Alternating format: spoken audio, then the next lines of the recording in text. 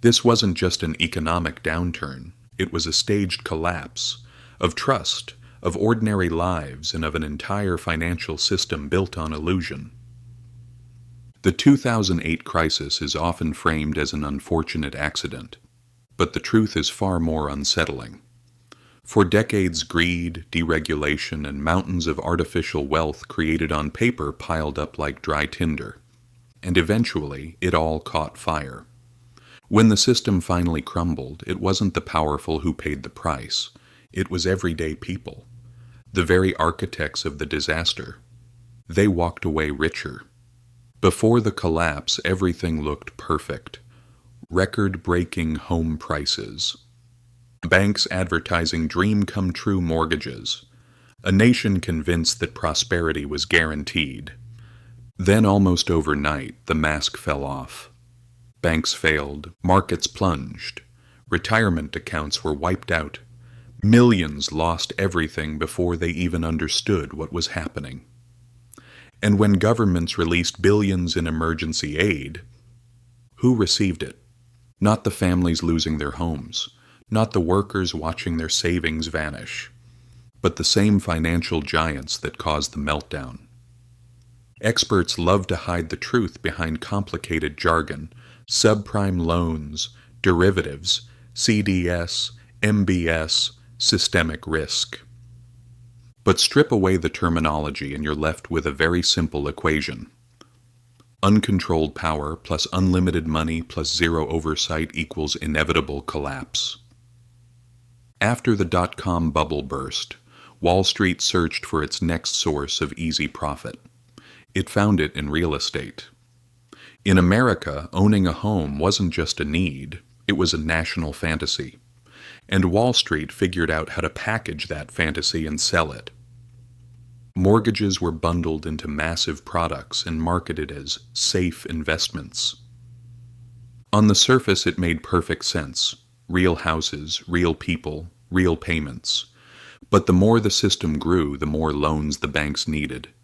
And when qualified borrowers ran out, they simply lowered the standards. They issued risky loans to anyone who applied. No income checks, no documentation, no accountability. It's fine. The risk is diversified, they claimed. But it wasn't. On top of these shaky loans, financial giants built another layer of bets, credit default swaps, allowing investors to gamble not only on homes, but on their failure. It created a twisted machine where the worse things got, the more money some people made.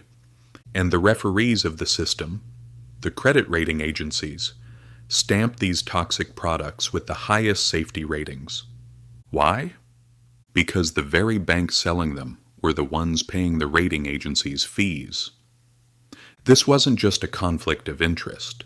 It was one of the biggest deceptions in modern financial history. By 2005, housing prices were climbing far beyond reality. People were flipping homes they never intended to live in. Empty towns were being built at full speed. This wasn't growth. It was a bubble, and it was ready to burst.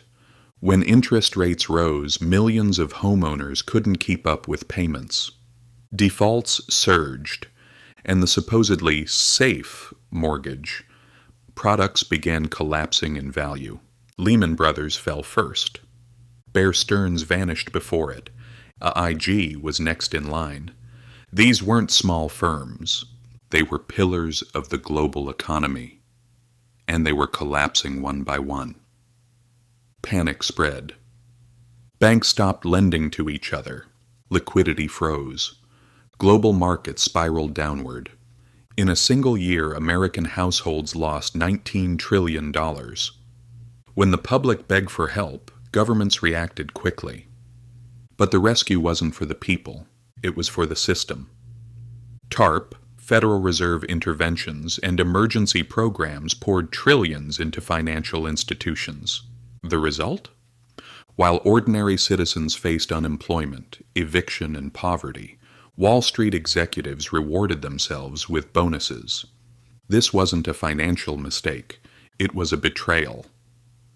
After the crisis, central banks activated their most powerful weapon, quantitative easing. the mass creation of money. Trillions of new dollars flooded the system, and the effects were immediate. Stock markets soared. Housing prices inflated again. Corporate profits exploded, but wages didn't. Inequality surged. The wealth gap reached historic levels. Then came the pandemic, and even more money was printed, more than in the entire previous decade combined. At first it felt like a miracle solution. Then inflation roared back with a vengeance. Interest rates climbed. Debt became more expensive. And the same cracks that nearly destroyed the system in 2008 reappeared. Only this time everything is more complex, more digital, less transparent, and far more fragile. What did 2008 teach us? 1. Complexity is not safety. The harder a system is to understand, the easier it is to manipulate, and the easier it is to hide danger. 2. Incentives determine outcomes. If the people taking the biggest risks face no consequences, collapse is guaranteed. 3. Financial literacy is not optional. It's protection. You don't need to be a banker to protect yourself. But you do need to understand the rules of the game. History doesn't repeat itself. But if you ignore its warnings, it will crush you all the same. When the next shock hits, and it will, headlines won't save you. Only awareness, preparation, and knowledge will. Please subscribe and support me to keep this kind of content coming. Goodbye.